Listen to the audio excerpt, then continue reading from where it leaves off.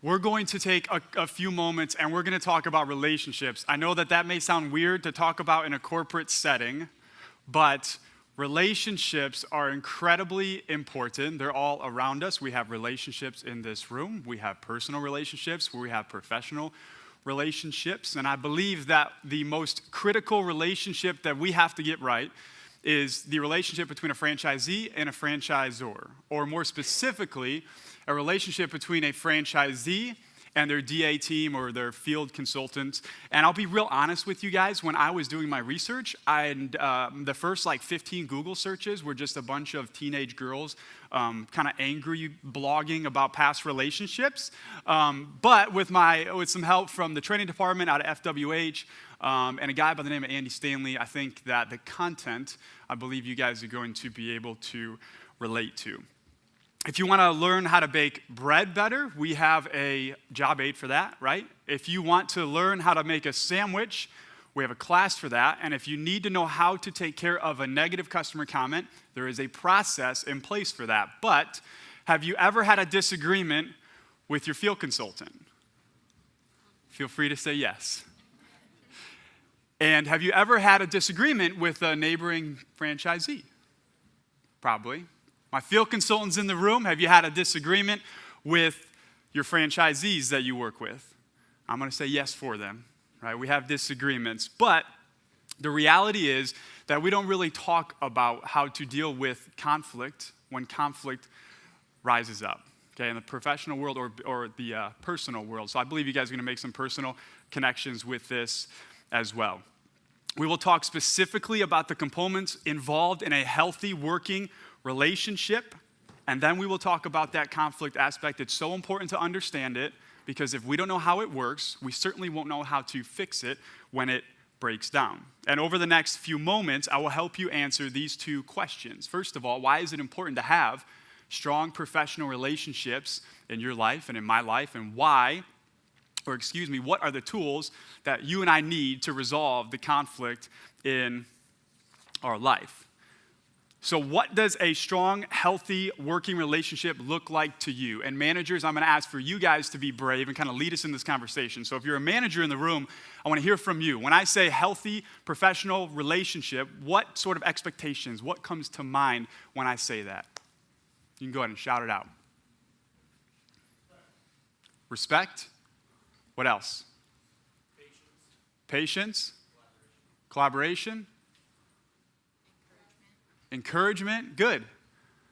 Franchisees in the room. When I say that, healthy professional relationship, what comes to mind? Dependable. Trust. Communication. Good. Those are all really, really good.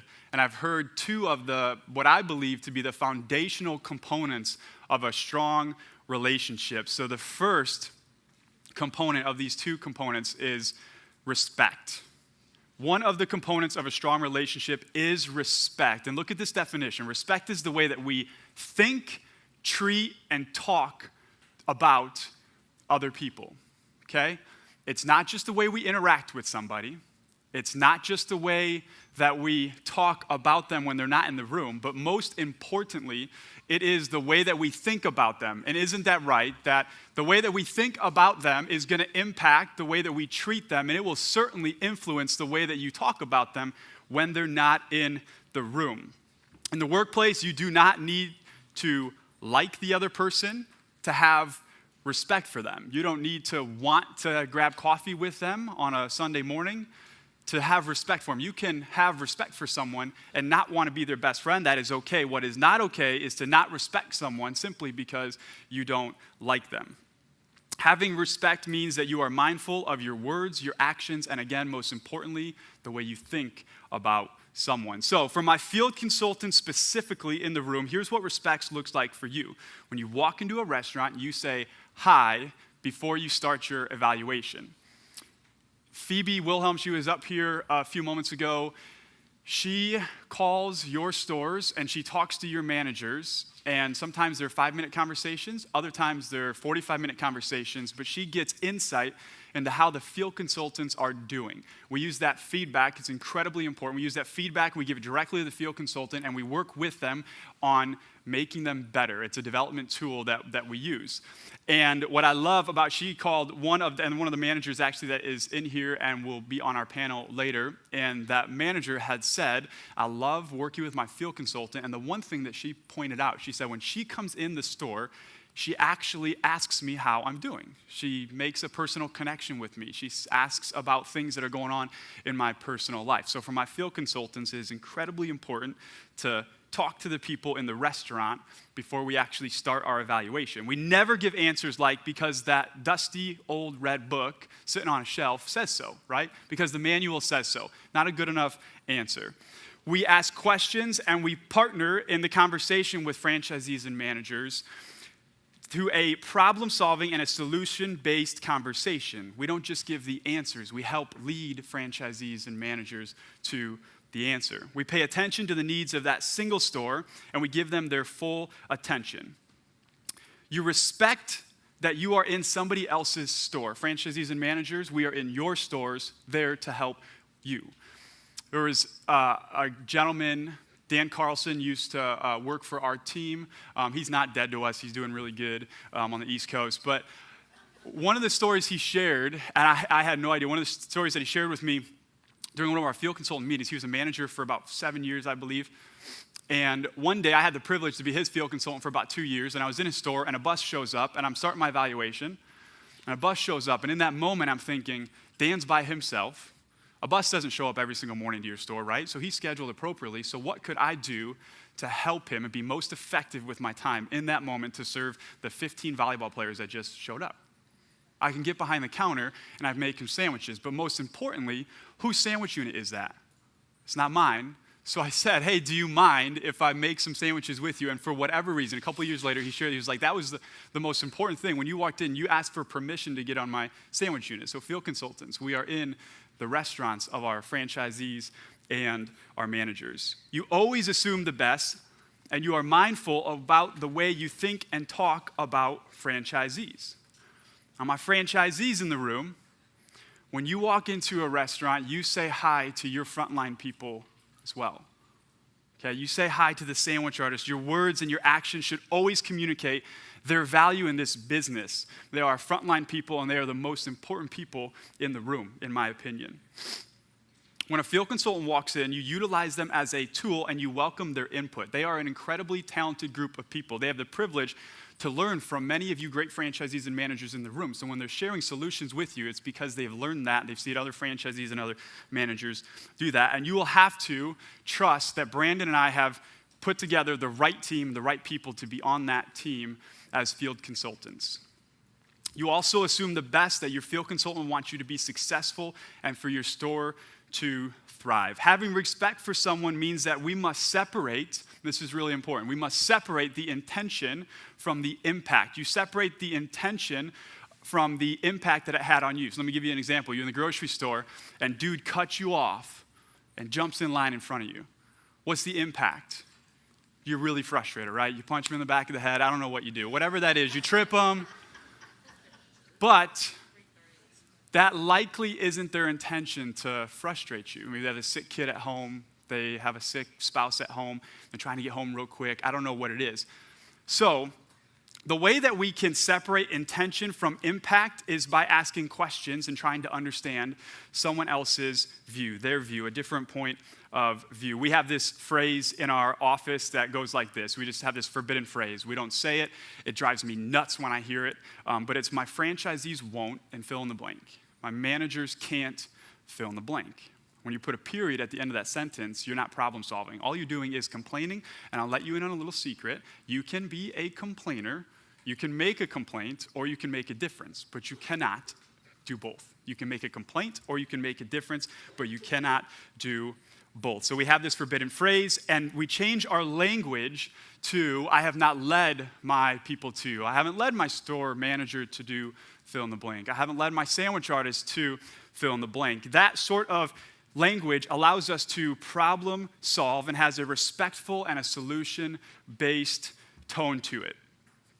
There's this book by the name of Dr. Covey in his book called The 7 Habits of Highly Successful People says this: learning how to communicate effectively with respect and a solution-based tone is one of the most important life skills that you can develop.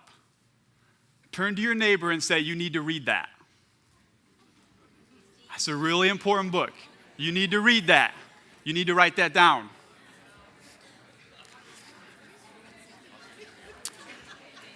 There is a word at the end of that sentence that says develop, which would suggest that it is, you guys are like, he's bossy. Why is he bossy today? There is a word that says develop. That means that it is a muscle that we must work out. It suggests that it takes time to actually build. This is nothing new. In a book written about 2,000 years ago and an uncontested bestseller, about 5 billion sold in the world, this guy that you may, if I had time to tell you his whole story, you might say he is a nobody, son of a carpenter. This is what he says.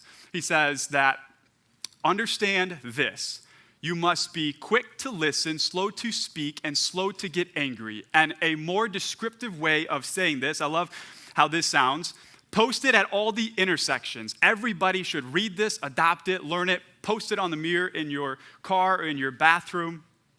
Post this at all the intersections. Lead with your ears, follow up with your tongue, and let anger straggle in the rear. I feel like a 5th grader. He said rear.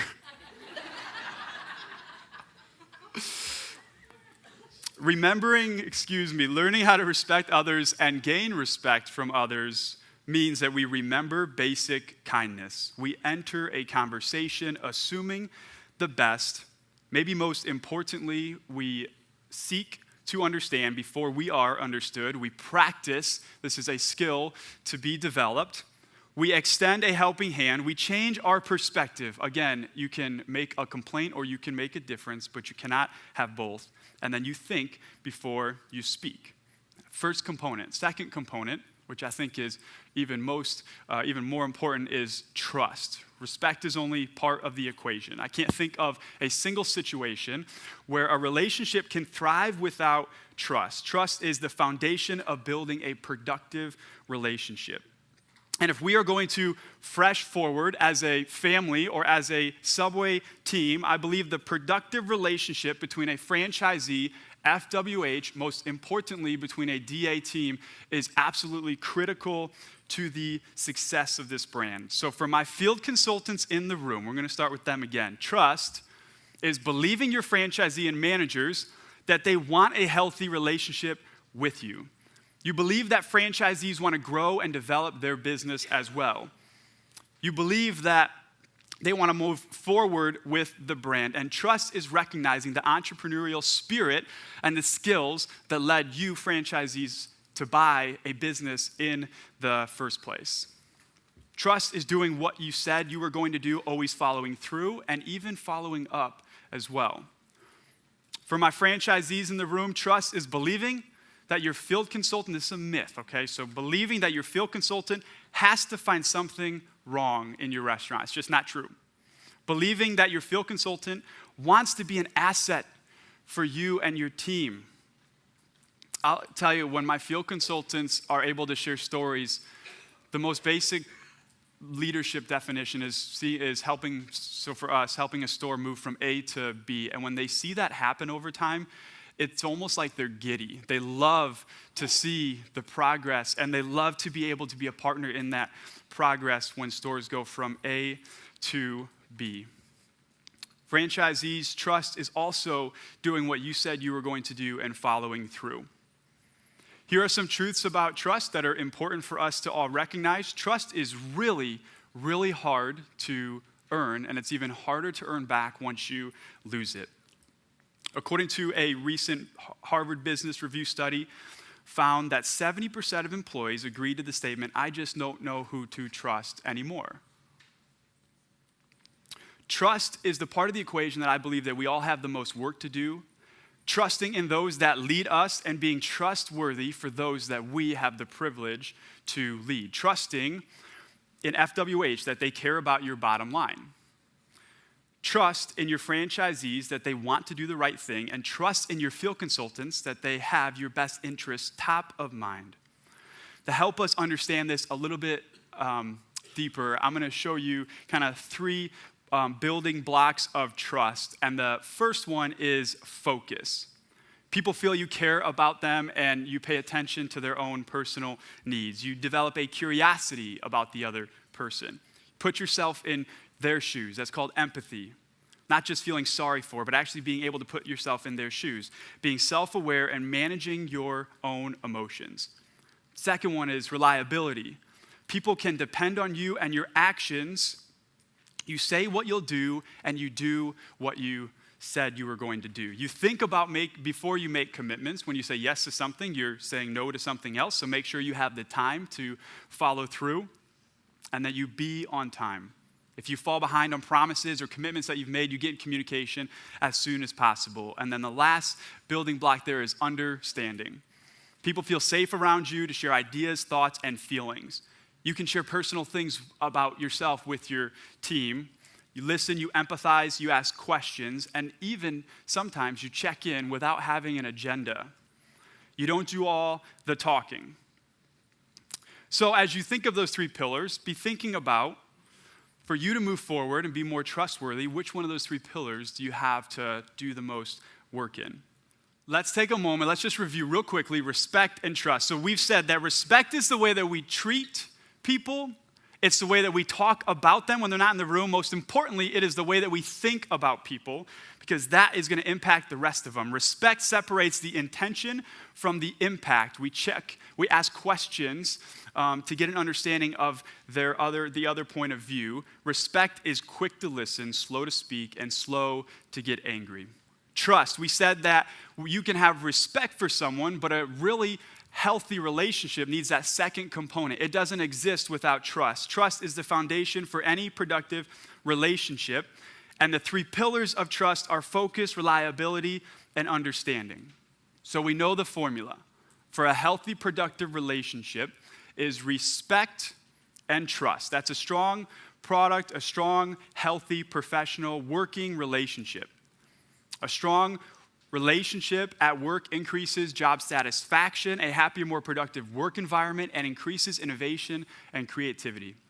But what happens when conflict arises? What happens when conflict arises? What happens when it breaks down?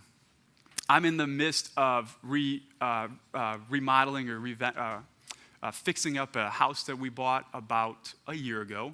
So I've been living with my in-laws for about a year and a half now.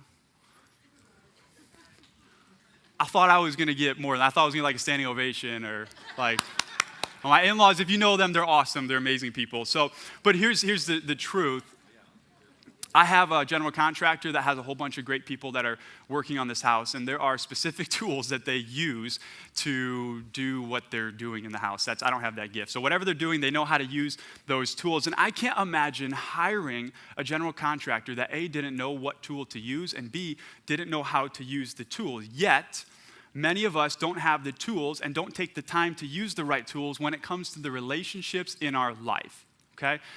This next part, as we go through conflict, what happens when conflict arises? Because surely it will arise when there are more than just you in the room. And maybe some of you probably have conflict with yourself.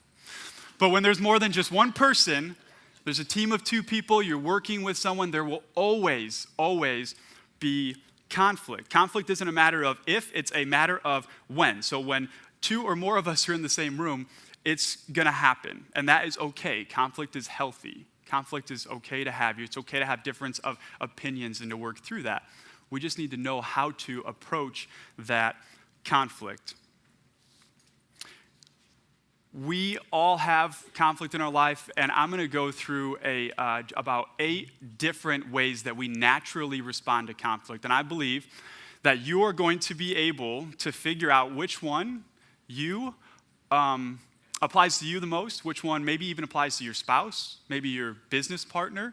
You'll be able to identify those 3 things as we go through the different ways that we naturally handle conflict. So the first one here is the peacemaker, Or maybe this person should be called the peace faker because all they're worried about is other people. Are you okay? Are you okay? Are you okay?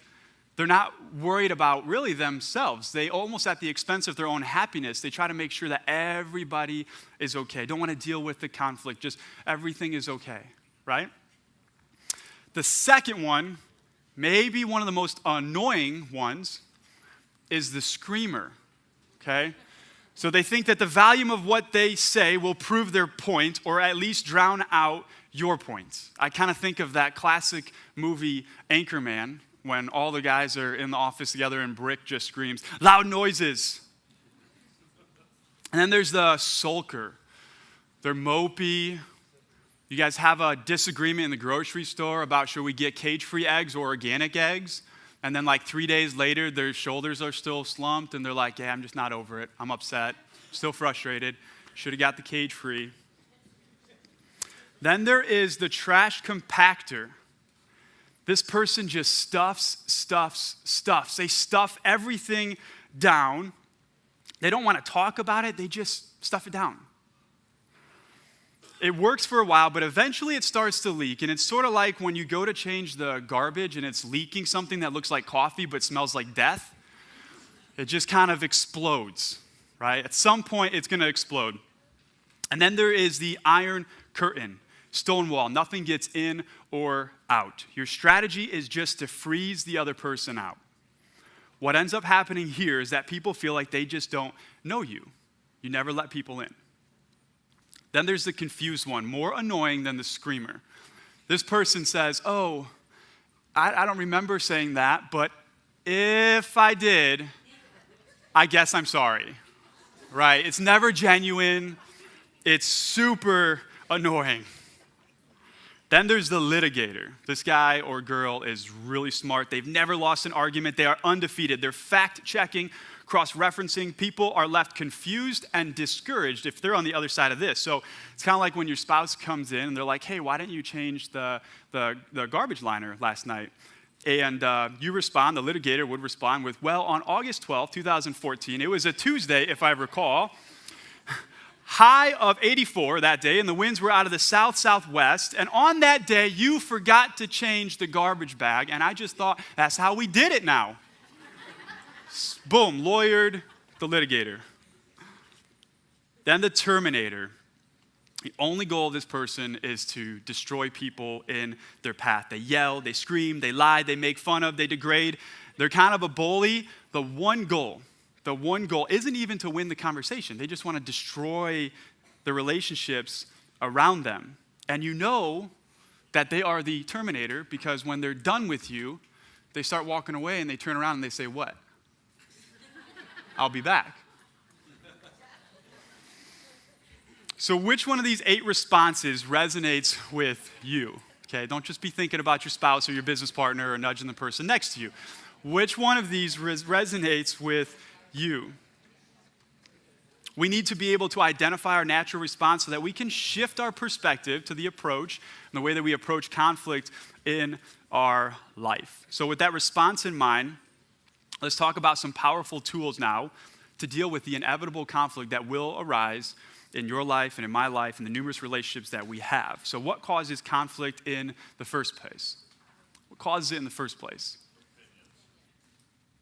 I was going to say dumb people. So, right?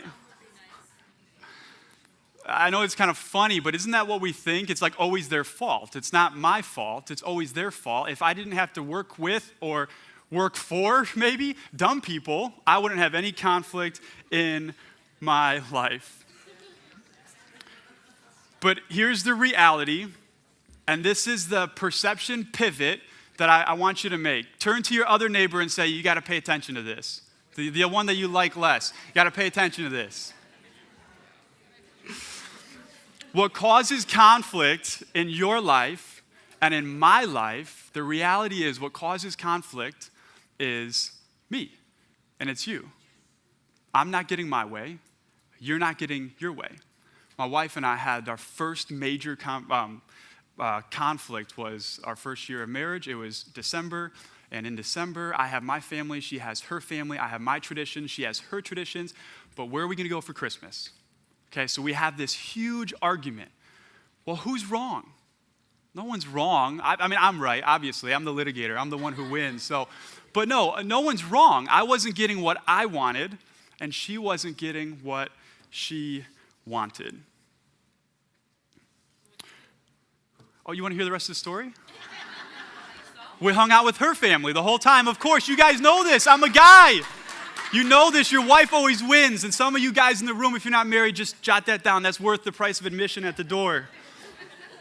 The field consultants in the room, when you have conflict with a franchisee, it's because you have desires or wants for that store, and you are not getting what you want. You've seen something done a better way because you've learned it from a different store, and you're trying to teach them that, and they're not listening maybe.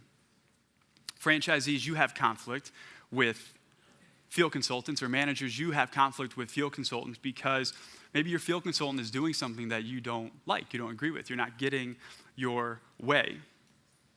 You want your field consultant to stop talking about the dust on the clock, right? Or the dust underneath that really cool Subway. If you guys saw Cintas out there, you want them to stop talking about the dust underneath that carpet, right? For both sides of the equation, there's really nothing wrong with what you want. I'm going to show you some research. About 1,800 franchisees and field consultants were given a survey, and I'm going to share that in a moment with you on what franchisees want and what field consultants want. But what if I started the conversation with the beneath the surface problem? That it's because I'm not getting the way I want. So maybe for field consultants, I took a consulting job and I thought that everybody was going to thank me for my good ideas. Got really good ideas, and I haven't heard a thank you yet. Maybe I took a consulting job and I thought everybody was going to like me. I'm going to be the guy or the girl with all the good ideas. Took a consulting job, and I don't like the name that people call me, Subway Police. You guys are creative, actually. There's some other creative names that I won't share. For franchisees, maybe I bought into a franchise and I didn't think owning a store was going to be this hard. I thought I was going to just be making money on the side and not have to deal with my business so I can kind of do other things. Maybe I bought into a franchisees and I had expectations of retiring on my investment, but you know what? I'm scared. I bought into a franchise. I had an expectation that I would be able to provide a certain level of income for my family. But you know what? I'm a little scared. Maybe I bought into a franchise and I've got multiple stores right now, and I'm not sure I have the right partner. I'm not sure how to address that conversation, and I'm a little scared. Managers, maybe you started working at a Subway and you thought that I was only supposed to work here for about a year or so, and then I was going to move on and use my college degree or do something different. And I want to talk to managers specifically. I might have that in mind. Wherever you go, this is true for all of us, wherever you go, you will go with yourself. Working at Subway, if you are constantly late, guess what? Your next job you will constantly be late to, okay? Working at Subway, you are developing lifelong skills. Do you think at other jobs you are going to have to deal with employee drama? Yes. You think that working at other jobs, you knowing how to manage inventory so we don't have high waste in our store, you think that skill is going to go with you wherever you go? Absolutely. Dealing with customers screaming across that sandwich unit and knowing how to deal with that in a healthy way, with respect, that is a skill that will go with you. How would others around us respond if we initiated the conversations or the conflict with the beneath the surface problem? You know what? I'm not getting what I want out of this. Guards would be let down, conversations around real resolution could happen. And after all, having unresolved conflict in our life limits our happiness. As long as you blame others or FWH for unhappiness, you will always be unhappy. Why would you ever want to hand over your happiness to somebody else? We got to deal with the conflict. So what are some steps, some powerful tools? The first one we've been talking about for a moment is to realize that we're part of the problem, to realize that it's part of the reason I have conflict in my life is because of me. Part of the reason you have conflict in your life is because of you. The second actionable next step is to take the first step. So when we have our perception right, We take the first step, and who do you suppose we take that first step with? Okay, we've already taken the first step with ourselves. We understand that we're not getting what we want. We're frustrated. We've got conflict with somebody else. Who do you think we take that next step with? Whoever we're having conflict with, that next person. We don't go behind their back and we talk to their boss, their friend, our family. It's okay to talk to your spouse, your family, kind of get ideas on how to deal with conflict. That's okay. That's not what I'm talking about. We just don't talk and gossip behind their back. We go quickly and directly to that person. Specifically with field consultants and franchisees and managers, when you have conflict, you go directly to them. So managers and franchisees, if you have conflict with your field consultant, your first step would be to talk directly to them. Hey, when you walked in, you said this. When you walked in, you did this. This is how I received it. Is that your intention? Okay, we're taking out the impact from intention by asking questions. And if you can't resolve the conflict at that point, specifically for this conflict with franchisees and managers and with our field consultants, then the next step you would take, and for lack of a better term, you would go to their boss. And that's bwilhelm@subwayrock.com. I'm kidding. So that would be me, that I would then enter the conversation. Now, I believe that if you go directly to them, 99.9% of the conflict would end there. But the next step would then go and get me involved. And I believe that we would be able to resolve it from there.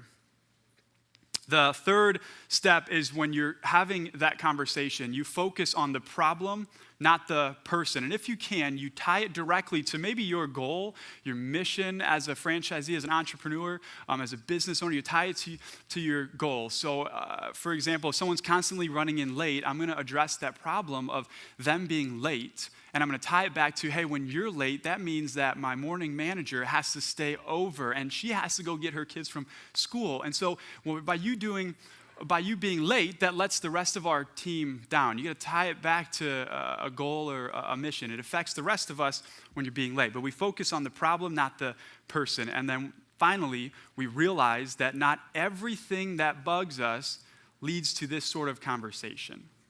There are some things that we just shake off.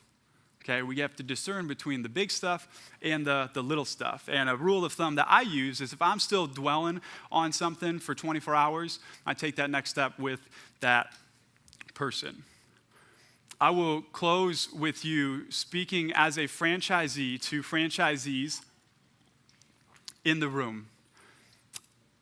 I told you that being I don't have to tell you that, but being a franchise owner is tough work.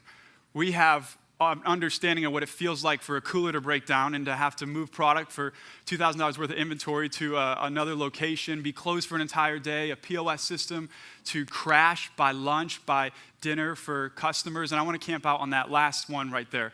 I was in my restaurant.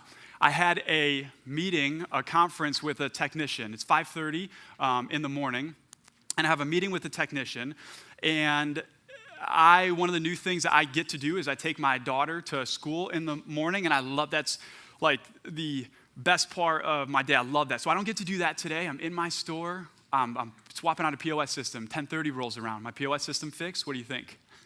No, not fixed yet.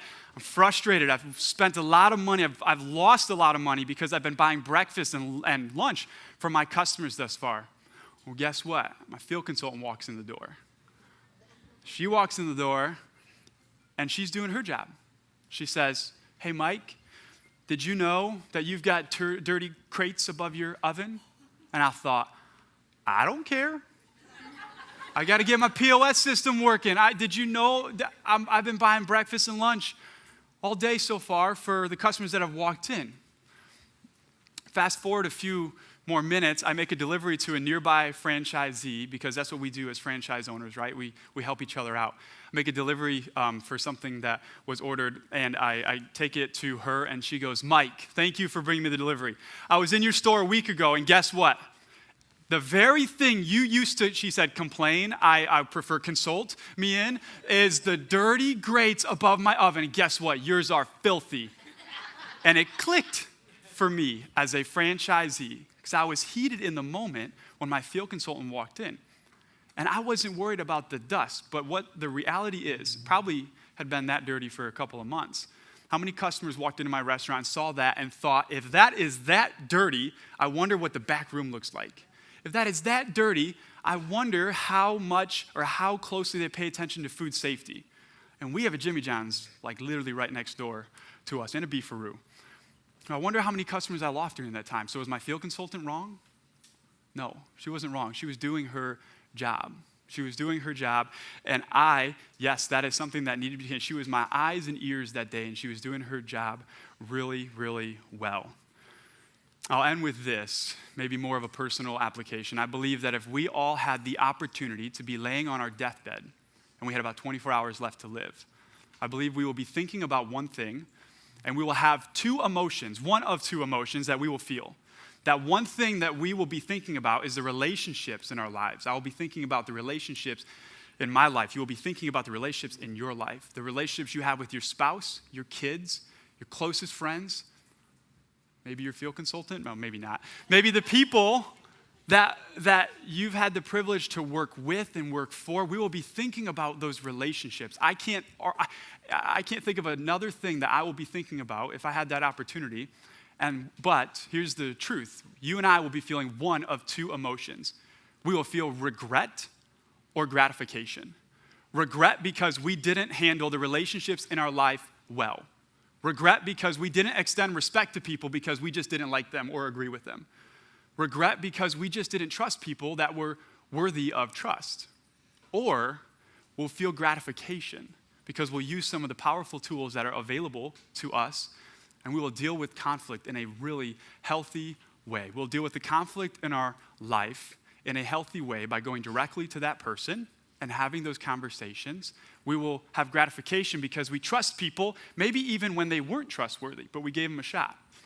And we will feel gratification because we had respect for people, even when people around you might say you shouldn't have respect for them.